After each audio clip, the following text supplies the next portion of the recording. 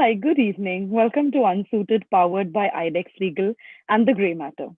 We've seen couples here, we've seen mother daughter duos join us before. Today, we're joined by a father son duo. Who hasn't heard of Hiroo Advani, managing partner, Advani and Company, and his son, Karam Advani, who's a foreign counsel at a foreign firm in Singapore called Raja Tan uh, Singapore LLP. So today we're going to actually spend some time chatting with them, learning a little bit about them, their history, and how they've in fact had two generations of lawyers practice in Pakistan before they moved to Bombay after partition. Please welcome us in joining Hiroo Advani and Karam Advani. Good evening, sir. Good evening, Karam.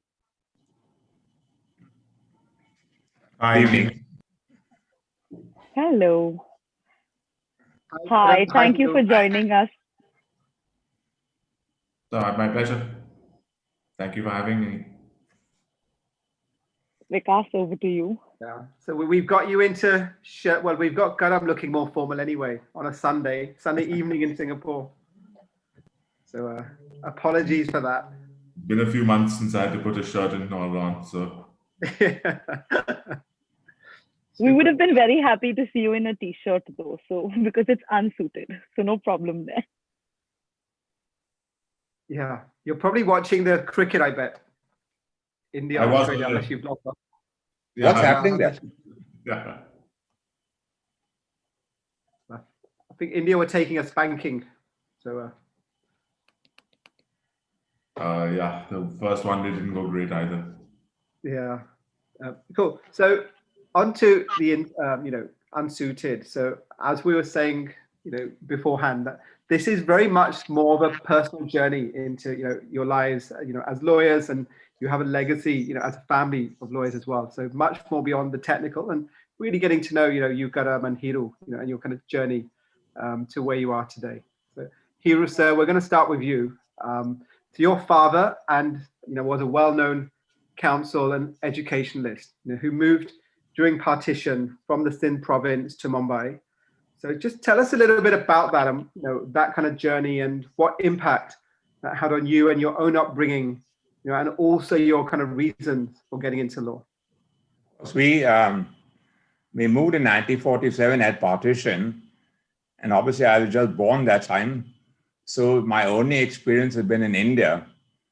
Although both my father and mother have very warm memories of their life in Hyderabad, Sindh, in Pakistan, where my grandfather was a lawyer, my father was a lawyer, and had a difficult time at the time of transition when he moved to India and started practicing at the High Court at Mumbai. It was Bombay then, of course, and then rose to become an eminent senior counsel in the High Court at Bombay. But his first love was always education. And from the global Sindhi community, they already had educational institutions in Pakistan when they moved to India. And the governing body of those colleges is still called Hyderabad Sindh National Collegiate Board, and consists of several prominent colleges in Mumbai, which includes KC College, HR College, National College in Bandra, being the more prominent ones, but they're pharmaceutical colleges, engineering colleges, and they built it up to a group of 40 colleges, of which my father remained chairman for life. I early days recalls him as a lawyer in Bombay when he has started his career, and obviously growing his career, working very, very long hours and getting briefs at the last minute and having to rush to court. And so our family was, in that sense, felt the pressure of law on him and the kind of work they were doing right from very, very early days. And those pressures convinced me the one thing I'll never do in my life is become a lawyer. Till I got to law college. And I saw the long hours of work until I got to law college. And when I did get a gold medal at the government law college, which then of course convinced me completely the other way around, that the only thing I wanted to do was to be a lawyer. Went off to England for an early education, studied at Cambridge University, did my undergraduates, qualified at the bar there, and then had no desire to practice in England, and returned to India and locked myself in my father's chambers. A very easy route that was. Yeah. Why did you not want to practice in England? Because I think, for some young Indians, and that was the era, there was a lot of brain, what we call brain drain that happened. A lot of talent left to go to US, UK. You had that opportunity. So why did you choose not to take up?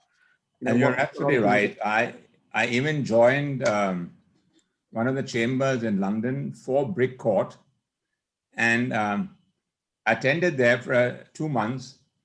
But I saw that the climb and to become a QC and a prominent counsel in England was long, hard, and far away. And I much preferred life in India. And although the financial rewards may not be what we expected, I was very clear in my mind that I'd much rather practice in India and the Indian courts than within the British system. Although I did keep contact with a number of friends who had been with me at university or I'd met in England over a period of time. And it kind of had a dual life, where you had lots of friends in England, but you prefer to work in India. So it's work hard in India and play hard in England. It then became a little bit different when you worked hard in England as well. Yeah. And then, you obviously you got into, sorry, Tanisha. That's actually Vikas' mantra at the moment as well. He's also just gone back to London. So he's playing hard in the Indian market and now the London markets as well, right, Vikas? That's what IDEX is doing, taking it global at some level. Yeah, and trying to figure out how to work hard in both places. Fair. And then Hiroo, you mentioned you then took the route of joining your father's practice in Mumbai, but only after a few years. I think you said you were doing about 5 to 7 years with him and decided to do something very different, where you decided to go your own route, and set up your own firm. So what was that decision about? Because that also could not have been easy to decide, to go against the grain of being a counsel, working up to senior counsel and doing something very different. In the 70s and 80s, there was a lot of work in the Bombay High Court, but not that much like you find today. And for 8 or 10 years as a junior counsel, you got relatively small matters and which didn't pay very well. But yes, you saw a future there. So I did meet some international clients. I met some American clients who wanted me to do some work for them. So I did a work for them in court. It was very small work, but quite successful. And you got to know them over a period of time. And then they suggested, look, we have a policy where we're very large multinational companies. And in India, we can't engage individual lawyers. We don't do that anywhere in the world. We only engage law firms. So you want to keep getting work from us. The only way you can do it is start a law firm. And about 10 years down the practice, not quite 5, 7 years, but almost 10 years down the practice, I then decided I wanted a law firm because that gave me an opportunity to travel all over the world, do a fair amount of mergers and acquisitions work, do work with private equity, do a whole range of different things that if I was going to focus myself on being in court every day, I would never have been able to do. So I decided that if you have a law firm, it gave you a lot more freedom to do all kinds of work. And the law firms in India that in those days were not that specialized, nor were they so large. So it was very easy to switch from corporate work to non-corporate work, to IP work, to work on the stock exchange if necessary, to advise clients on everything because the firms were small like ours, and foreign clients who would know us did not know any other law firm. So would simply come to us for any kind of advice they wanted. And we found that quite interesting and in some ways quite a lot more lucrative than being a junior counsel and having to be in court from 11 to 5 every day. And therefore, I took up the law firm route, which I enjoyed thoroughly, but I never gave up by going to court either. So whenever the occasion was right, I would also be in the High Court at Mumbai. How did your father take to that? Because obviously, I mean, senior counsel would have been seen as a kind of the epitome of being a lawyer, and setting up a business could have been frowned upon. Actually, initially he was horrified. He was completely horrified that I wanted to divert into a whole lot of other things, and I was not willing to sit down in the court every day or in the library and wait for a brief to come to me, which may or may not come, and that I was quite happy to travel, well, like you, to London quite a lot. And after the US, we developed a lot of clients in smaller places in Europe, in Finland, the Czech Republic, etc.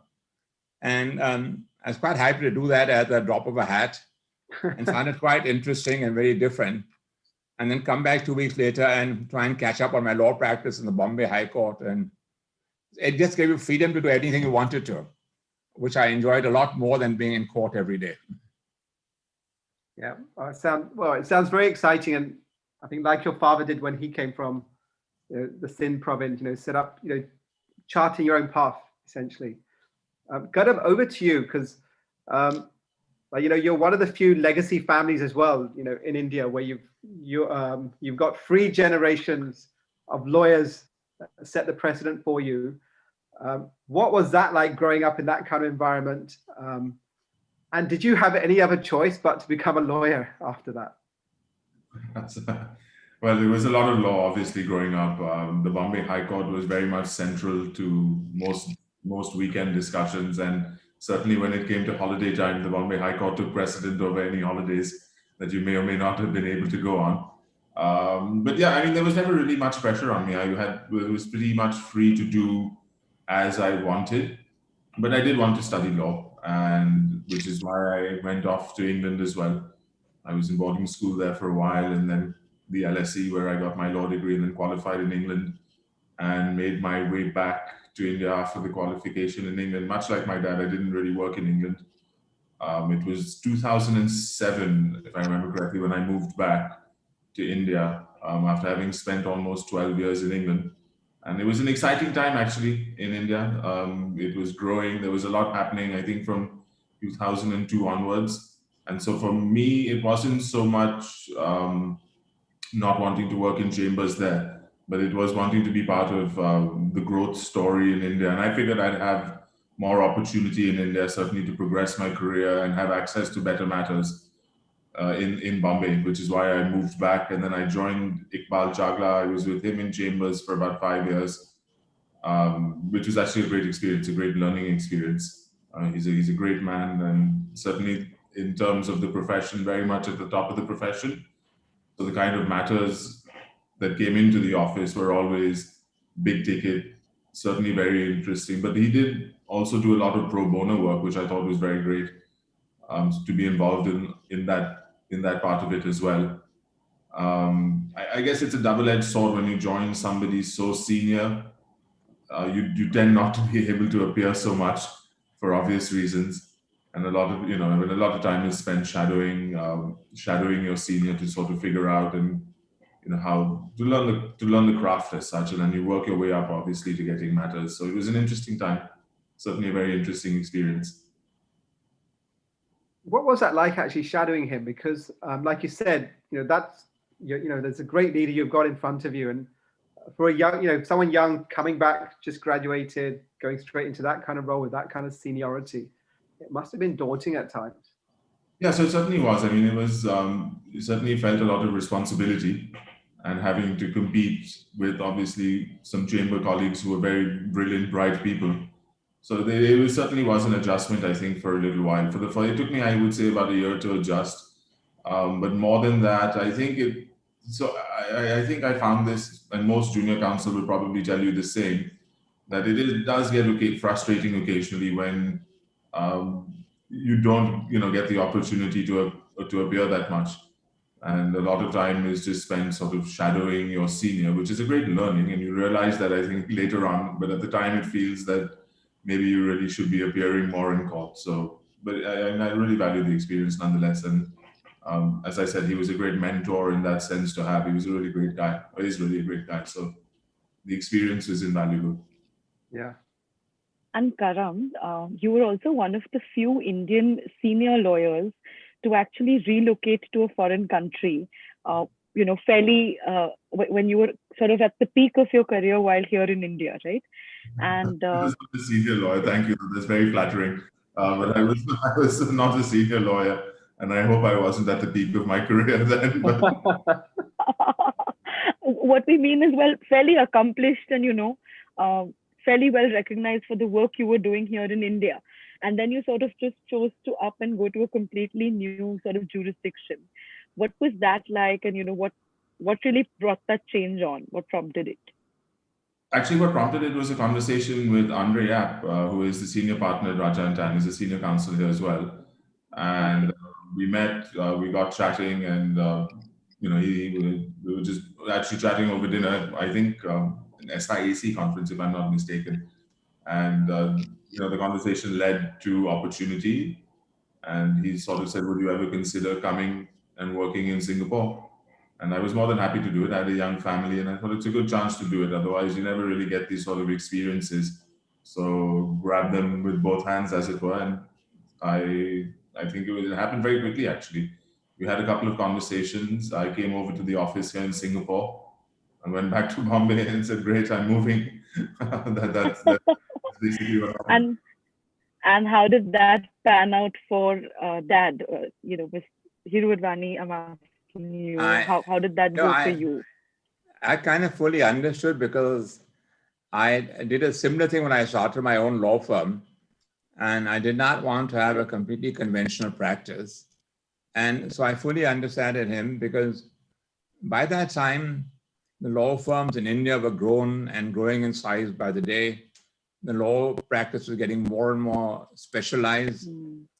Some of the newer law firms who had set up in India started doing exceedingly well. And I thought going out and working with a law firm, particularly in Singapore, which I think also had the best of the West and the East in terms of living conditions, comforts, etc., would give him a great opportunity to experience with a big law firm, so that in case he wants to replicate any of it in India, or in fact stay on there and go ahead and become partner and make a career there, because international travel has just become easier and easier and more frequent. And having 1 foot in 2 jurisdictions, or more than 2 jurisdictions, is now for a young lawyer, I think, a very, very exciting prospect. That you could suddenly doing work in Singapore, next day it could be Vietnam or Indonesia, or then doing an arbitration in London or New York. And so I think you widen your scope enormously, rather than just confining yourself to your roots, which seems an easy option, because it is more difficult, I understand, in a different environment, more competitive. But I think it gives you so many more opportunities that I was very happy for him when he went. I thought it was a great opportunity, and you should grab it with both hands. How encouraging to hear that, your father did this with you, and you've done the same with Karam, where you've kind of let your children just fly in whatever direction they like. And that's actually, very, very sort of, it's something that probably Indian parents can learn a thing or two from. So thank you for sharing that piece. Karam, coming back to you, when you made the transition, obviously you've worked with Indian clients and of course foreign clients while you were in India. But when you move to a different jurisdiction, there is a whole new set of sort of culture and etiquette that you pick up on the work front and sort of very closely start experiencing. What was that experience like, working with, non-Indian clients dominantly, and sort of just what did that pan out like on the cultural work front? So I think they made it quite easy for me at Raja and Tan. They've always been quite supportive. So certainly, I mean, look, it's always an adjustment initially, but it's really not that difficult to do, I think, and you have to keep a bit of an open mind always. But beyond that, the firm was encouraging. The clients, I don't think clients really see you as coming from here or there. They see you as a lawyer, and and you're there to fulfill a job and a task. And as long as you do that, I think as far as clients are concerned, it's fine.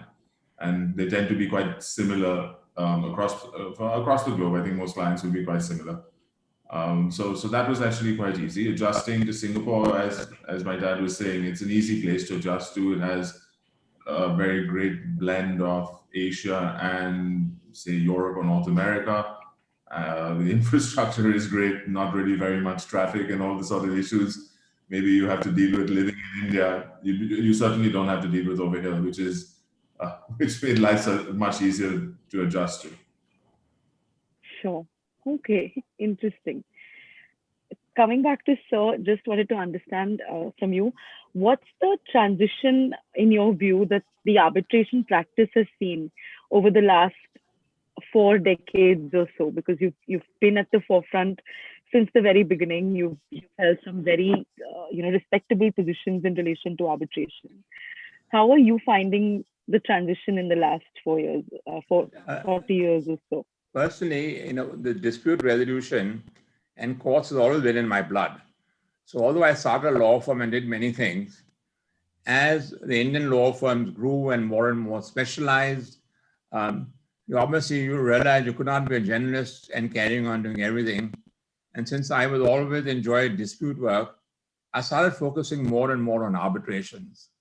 And originally, the very old-fashioned judges who were retired from the High Court or the Supreme Court were the arbitrators.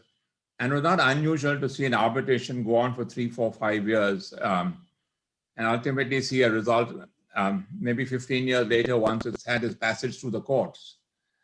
So it was interesting because the pace was so slow, it was just almost unbearable, where the first half an hour would be having tea and biscuits, discussing till what time the hearing is going on, what will be our next dates, and generally believing in a very convivial atmosphere.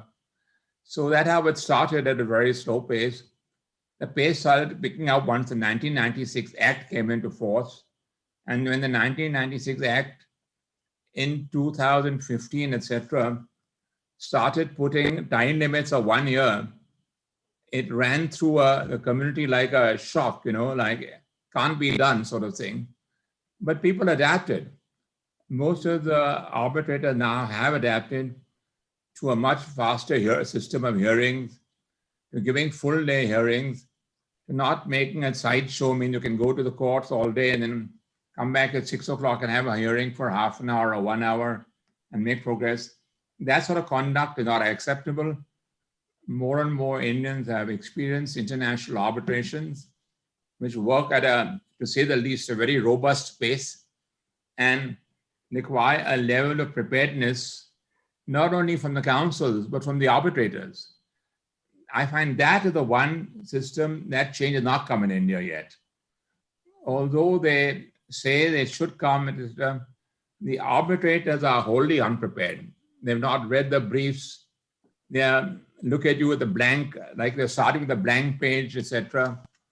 While in international arbitration, and at that point in time, I was doing a lot of international arbitration. So the culture shift between an international arbitration and Indian arbitration, the gap is closing, but it's absolutely enormous. The amount of written briefs we have to prepare, the arbitrators are prepared. I mean, when you do a final hearing for arguments here, 4 or 5 days, each side is common. There, one morning and one afternoon, that's it usually. One side has the morning, one side has the afternoon. And I have come across inexperienced Indian counsels who start reading judgments as though they are in court. And the arbitrators tell them, look, we've read the judgments. Make the point. And they say, believe me, you've given us the judgments in advance. We've read everything. There's no point reading it to a second time. And at 5 o'clock, we will cut you off. There is no tomorrow. And I've seen Indian lawyers protesting. This is not, we don't have the right of a fair hearing. This is very unfair, etc. So the adjustment has been between international and Indian arbitrations. And I think so many Indian counsel now have had experience in international arbitrations. So we've all adapted. We've all adapted where we're trying to make the Indian system more and more streamlined, and has become. But I know that I've spoken at I don't know how many conferences where ministers have always said, or even Supreme Court judges have said, we want to make India an international hub of arbitration. What do you think? And you think, look, that's not going to happen. If your court system and the speed in the court doesn't match the system in other courts, so that even if you finish your arbitration in a year, year and a half, 2 years, and then you're stuck in court for the next 7 years, who is voluntarily going to choose India as a seat of arbitration? So that is why the Singapore has become such an important seat of arbitration for virtually every large Indian company, a lot of European companies, a lot of American companies, because the Singapore courts will finish the matter in 3 or 4 months. They will not entertain frivolous challenges. The appeal court will throw them out. The costs there are high for doing it. So until you're able to make, and there has been a great attempt with the Commercial Courts Act to speed up the court process in India. To some extent, it happened in the Delhi High Court. We used to see Bombay High Court as the pride of high courts in India, setting a very, very high standard. But certainly on the arbitration front, the Delhi High Court has forged way, way ahead. There are many more judges hearing the matters, very experienced, many more appeal courts hearing the matters. So you can happily anticipate finishing a matter in the Delhi High Court in 2 or 3 years. But the Bombay High Court is still going to take you 5-7 years. They do not have the same priority for commercial matters, although Mumbai prides itself on being the commercial capital of the country. I think it's a little bit sad that the Bombay High Court has not kept pace with that. And the Delhi High Court is, and more we all have Delhi offices, because a lot of the arbitrations are against public sector companies, and they'll want an arbitration in Delhi. And you can see the change. The public sector companies will hire lawyers like us now and say, look, you won so many arbitrations against us. Why don't we start engaging you to do our arbitrations rather than the standing government lawyers that they've had, who had a lot more court experience, but they do not have the same arbitration experience, particularly when they're fighting major international arbitrations. The government lawyers who are used to a different type of work and culture and a lack of decision-making, and can happily, for example, like the Supreme Court has commented, many times go to a court 3 years late, only to get a stamp and rejected, and the Supreme Court repeatedly comments, you only just come to the court to get a stamp, so that you've done your duty. So that attitude with the government companies still prevails, and most of the arbitrations in India are against government companies. So the arbitration culture is changing, and I think there's been a sea of change, but hopefully the pace is going to pick up even faster. Speed is critical, and for arbitrators to recognize they have the same responsibility as counsels, and they need to read the brief. They need to read the brief. They need to have more and more written arguments. So the oral arguments and the oral cross-examination is curtailed, and arbitrators have a right to curtail it and fix timings. That culture is not caught on yet within our arbitration. So while there has been a sea of change, we've got a way to go still, a long way to go. Wow, that's a very, very detailed overview. Thank you for that. That's actually been quite enjoyable. I just want to quick one to Karam before we move on to the next round.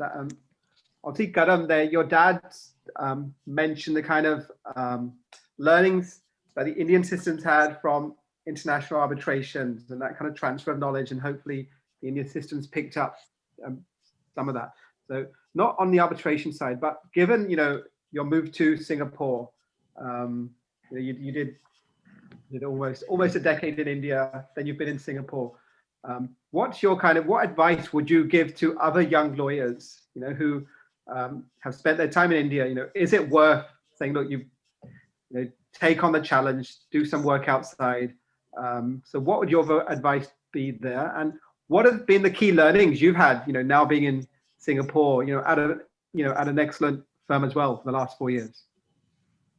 Yeah, my advice, I think, would certainly be always take a chance. There's no harm in leaving if you can. It's not easy to do. It's certainly, I'm sure there's enough people who want to do it, but unfortunately, for whatever reason, are unable to do so. But I think for those who have the opportunity, it's very, very important to get as much exposure as you can, not just to clients and not just to matters and not just to earn money, but certainly to see the judicial discipline that exists in these jurisdictions, not just amongst the judiciary, but amongst the lawyers themselves, the immense pride that people take in being able to do a task, do it honorably, do it quickly, do it cost effectively. I think that is something that is the learning that you get from being around those sort of people is something that stays with you through your career. And that's exactly, I think, the point my dad was making in terms of the responsibility to speed up the arbitration process in India, if it really is to become a hub of international arbitration, is not just from the ministry, it's not just from the judiciary, but it is, I think, incumbent on lawyers themselves to take it seriously, maybe to specialize more. I think what you do get is a lot of court counsel who do arbitration, and we've all had international arbitrations that you have clients who will come in from all over the world, but the arbitrator is in court, the lawyers are in court, and you have these farcical 2-hour hearings in an evening, which doesn't bode well. It's just very bad PR for the country, I think, personally speaking. And even for all of us involved in it, it's embarrassing to be in that situation where you have a client who's come in and, for 2 hours a day. It's just not something that happens all over the world. But I think responsibility is a key learning as well. And that is very much from being at the bar, not necessarily just the responsibility on the bench, but very much the responsibility at the bar, not to if arbitration is where you want to be, I think you need to do what you can to help the process along as much as you can, rather than sort of live in a bubble where these sort of cartels exist, and and it sort of benefits very much the people within that circle. I think that mentality certainly has to change. So yeah, those would be some of the learnings, but I would always recommend go out, get as much experience as you can across the globe. And those experiences make you not just a better lawyer, a better person, and sort of develop a sense of responsibility in your position. That's really well put, actually. I think it's great. And I think something we need to probably look at, how do we facilitate more of, that kind of transfer of knowledge and experience? It's sad, actually. I think we were making some headway to the establishment of foreign law firms in India. And recently now with this Reserve Bank, it's it's incredibly regressive. These notifications that are released not to permit bank account openings for liaison offices and things like that. I think it's very sad. I think if you really want the bar to progress, I really think that foreign law firms would do a lot. And look, you don't have to open everything up. You can follow a Singapore model where if you work in a local practice, you are allowed to appear in court, but anything other than that, foreign law firms in Singapore are permitted to do. So if they can use that model, I think it'll be great. I think even, and you hear this also from third-party funders, where there is so much dispute work, there is so much of a need for capital from SMEs. I would say access to justice, but it's not an altruistic purpose at all. Obviously, they need to make money. But all of this would happen if you had a system conducive to arbitration, if you had a dispute resolution system that adhered to time limits and that respected the process. I think until you have that, even something like third-party funding, which is, I think, really a need of the hour more than anything, it just won't happen. Super points, actually. Danisha, shall we move on to the slightly more light-hearted stuff? Sure. Thank you both for answering all the questions in the interview segment. That brings us to the end of the first segment. We're moving on to the more fun stuff now. Our next segment is called Word Sneak. You both will be given 5 to 6 words each. Vikas is going to send them to you on WhatsApp. Please check them there. For our audience, the words will feature on your chat windows. You can take a look there. What our guests will be doing is following the set of words given to them in exactly the same order and using them in a conversation which they're going to pretend to have very organically. And yeah, we will play the AV very quickly and then go on to playing this game. The words, right?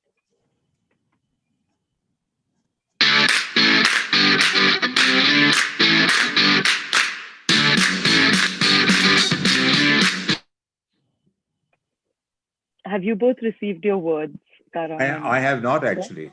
I have not either. Okay, Vikas, you're on mute, Vikas. Sorry, I had my daughter steal my phone, so just give me a minute. Okay, he's just going to quickly send them across. Yeah.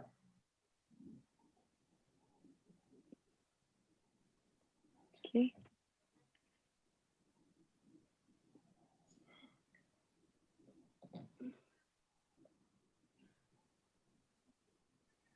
Just confirm to us once you get them. Yeah.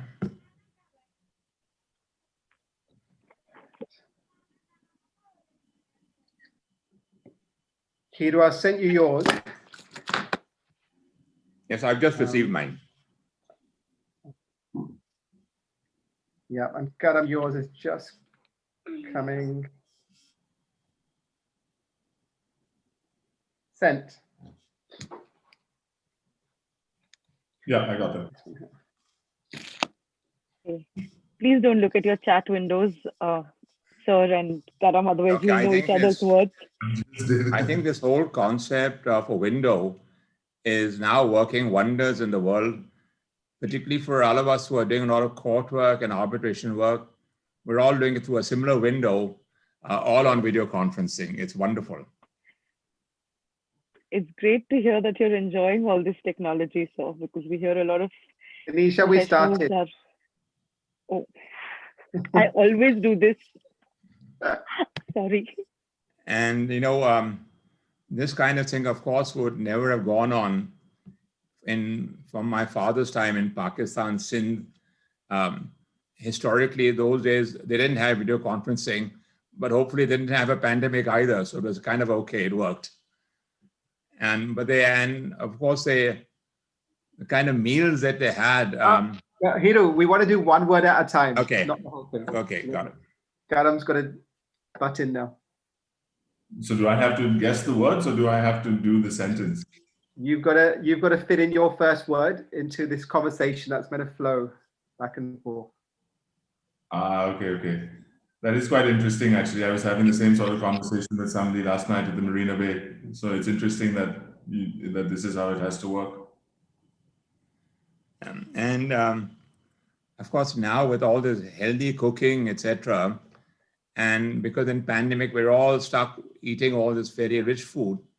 And I can imagine the kachoris from kind of my parents' generation, which are obviously becoming more and more popular today. Yeah, I know. It'd be nice to be able to eat some of that food, but unfortunately, getting on a flight these days seems impossible. And I'm wondering how the judges feel about it. The judges are all also the pandemic, and they've just opened the Bombay High Court for physical hearings. I'm not sure a lot of the judges will be very comfortable with that, because the first thing they ask you is, do you want to have a video conferencing hearing instead? Yeah, well, at least with video conferencing, you don't have to wear suits all the time. You can sit in a suit with Speedos on. I think that's generally the way these Zoom calls tend to work.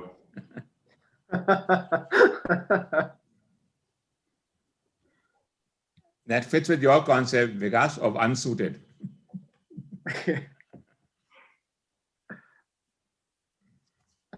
Yeah, but anyway, I think, I have 2 more words left. I'm trying to figure out how to get them into a conversation. No problem. Yeah, no, but these Black Friday sales at least have been good. It's something to look forward to these days at the time, at least for Christmas time.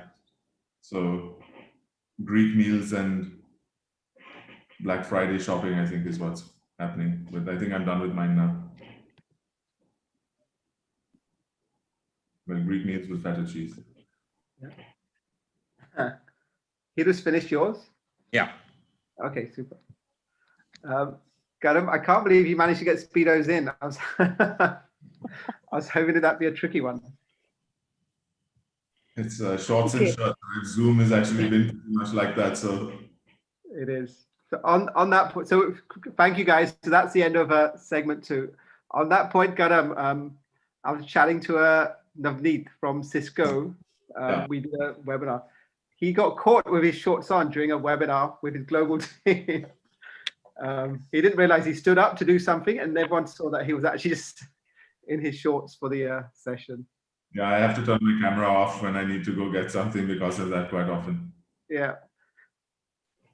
Okay, Super. super. So that brings us to the end of segment 2. Thank you both. You both played this one very well. We're now going to move on to segment 3, which is point a finger. You both get to point a finger at each other during this entire segment. You have to close your eyes with one hand and use the other hand in front of the camera. We will ask you a question. Please point to the camera if you think the answer is the other person. If you think it's you, please point inwards. That's what you've got to do. So we'll quickly play the AV and then start this one. Should we close our eyes? No, just give us a minute. We're going to quickly play the AV Okay. and then we'll start the game.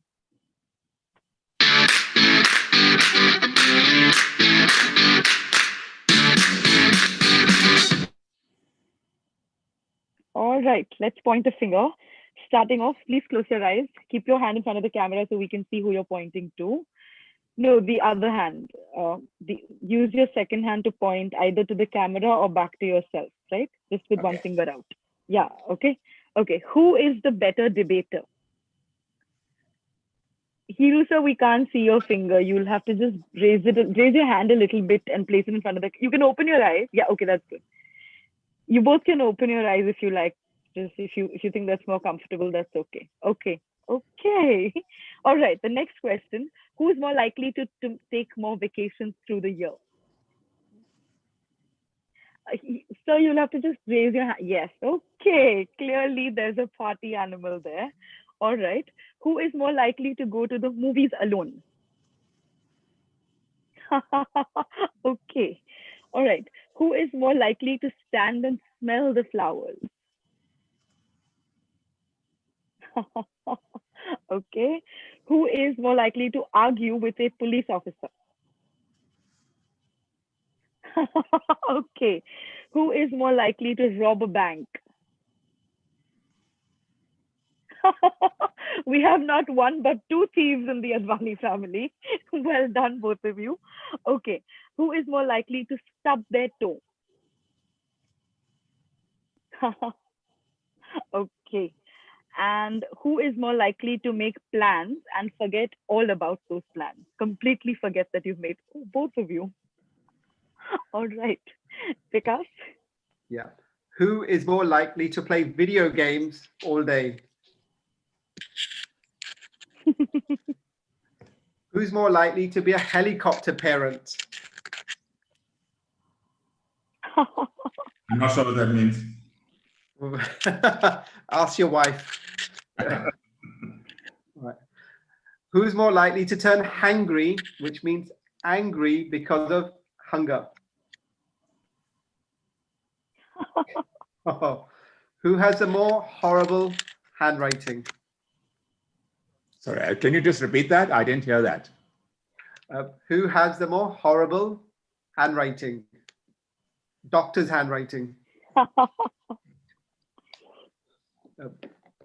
Who's more likely to overeat at a Sindhi feast? And who's more likely to make an inappropriate joke? We'll hang out later, gentlemen. Who's more likely to procrastinate?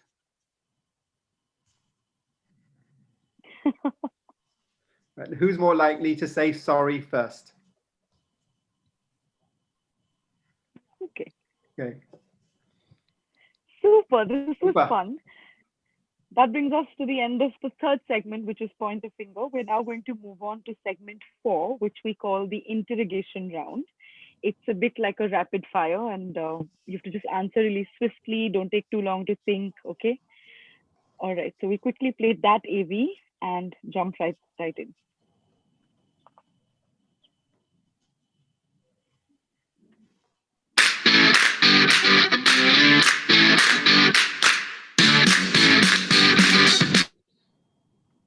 All right. Are you both ready to be interrogated? Yep. Okay. Your first question then, maybe sir, you answer this one first, and then we'll move to Karam. If not the law, the practice of the law, what would you be doing? Definitely not anything creative. Nothing creative. Nothing creative. Maybe go into the financial markets. Okay. How about you, Karam? Journalism. Journalism. Oh, okay. All right. Next question. A household chore that you really enjoy doing and you believe you're very good at it. So, how about you? Nothing. I Nothing. don't enjoy any household chores. I have the wife and staff who takes after everything. We are kind of spoiled. So I don't enjoy any household chores, and I'm not good at any of them. You're not good at any of them either. Okay. That's But why if you I had couldn't to, settle in London.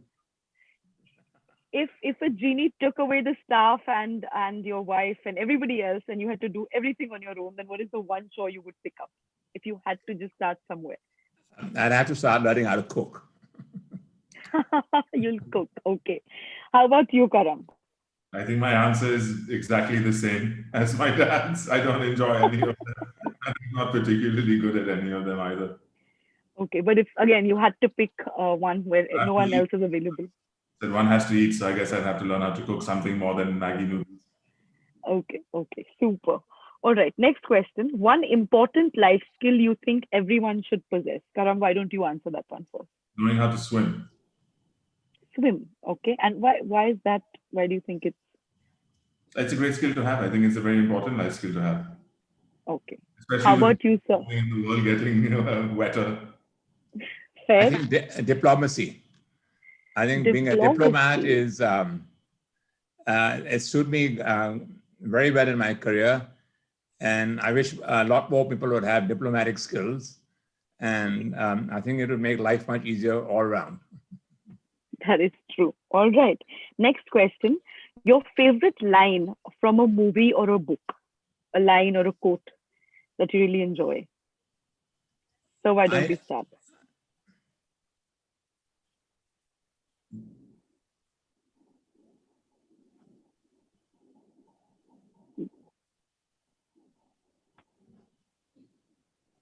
So you can go ahead. A line that I thought of, I don't remember the exact line, but one of our famous Indians that you have a right to say what you want, and I'll die for your right to say so. Oh, wow. Okay. Karam, how about you? It's actually in the High Court in Bombay. That's right, yeah. So mine is also from there. It's the same Lokmanya Tilak. Swaraj is my birthright. And I shall have it. Very powerful statements there from both of you. Okay, next question.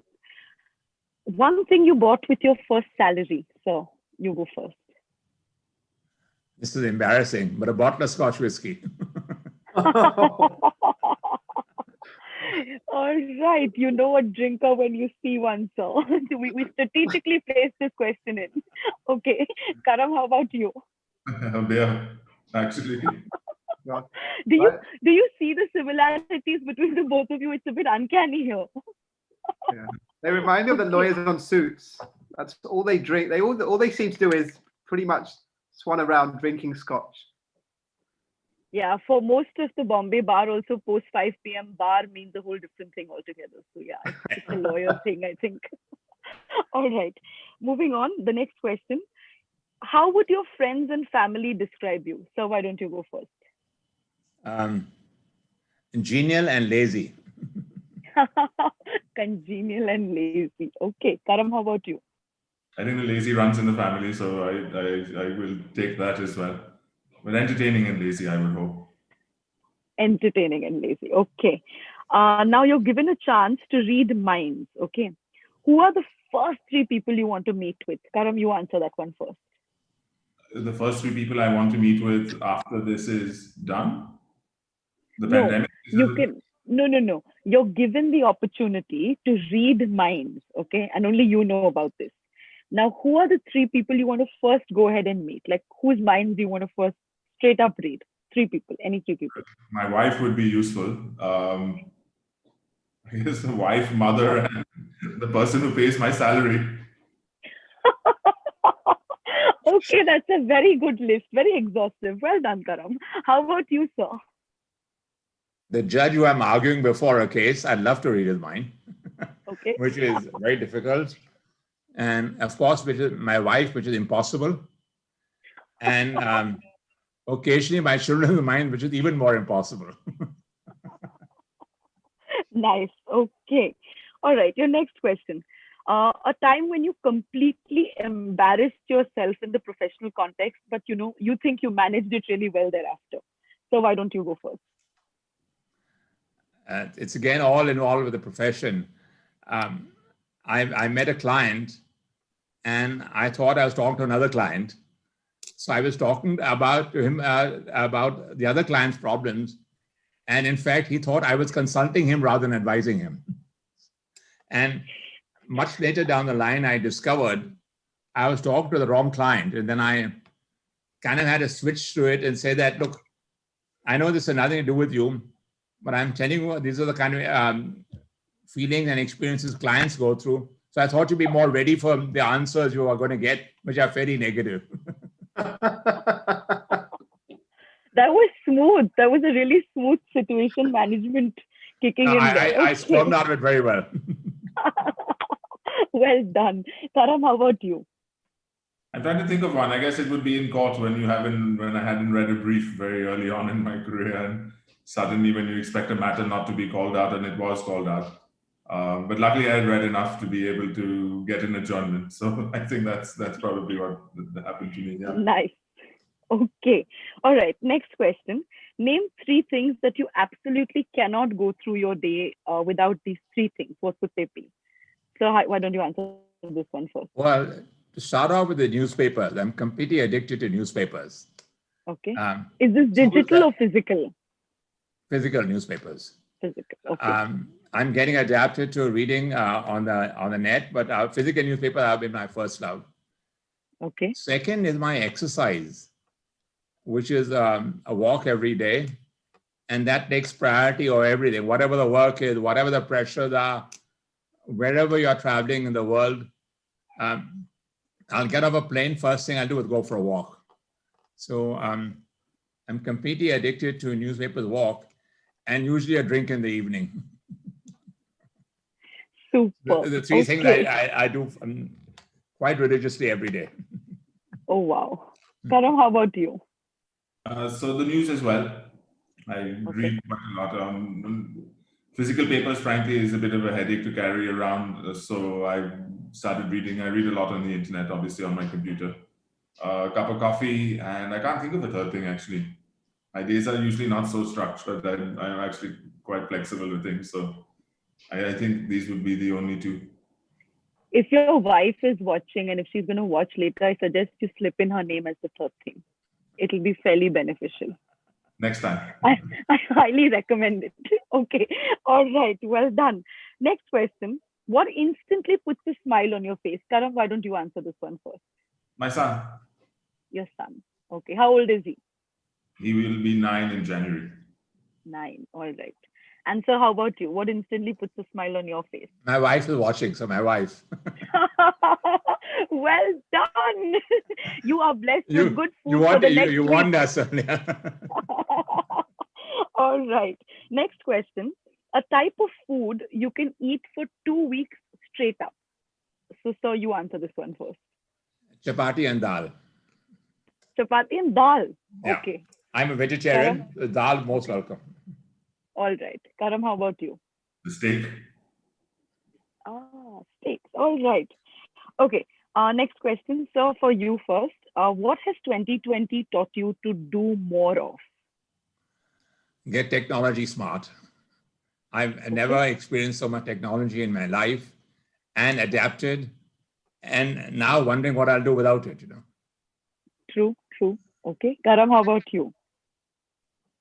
Probably the value of exercising more. Value of exercising. Okay. And the last question.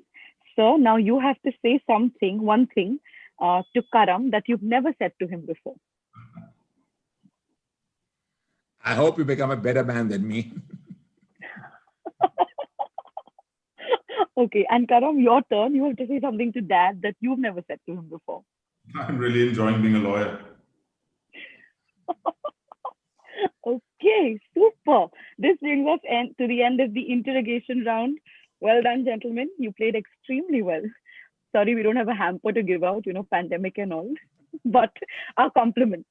Thank you very much. Thank you. Thank you, everybody. And thank you for all the audience for watching. Thank you very much. Thank you. Thank you for watching. Hiroo, Thanks a we've lot. also, Hiroo, we've also got your brother Ashok messaging saying he's enjoyed watching the program and seeing you two in interaction.